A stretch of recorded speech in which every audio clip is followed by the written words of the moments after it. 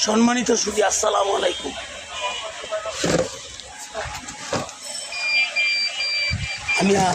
আমি একে ফাউন্ডেশনের পক্ষ থেকে আপনাদেরকে একটি স্বাস্থ্য বার্তা দিচ্ছি।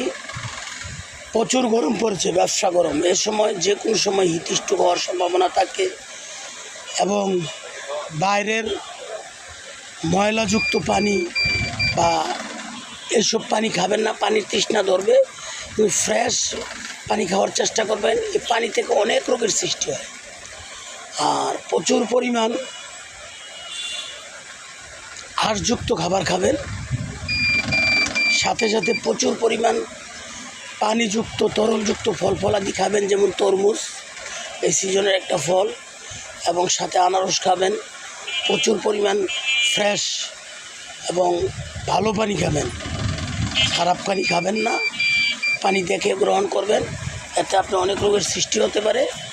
আপনার সুস্বাস্থ্য মঙ্গল কামনা করছি। সবাই আমার একে ফাউন্ডেশন পেজটিকে আপনারা সবাই লাইক কমেন্টস শেয়ার করে দিবেন।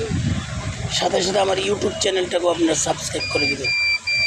সবাই আমার জন্য দোয়া করবেন। আসসালামু আলাইকুম।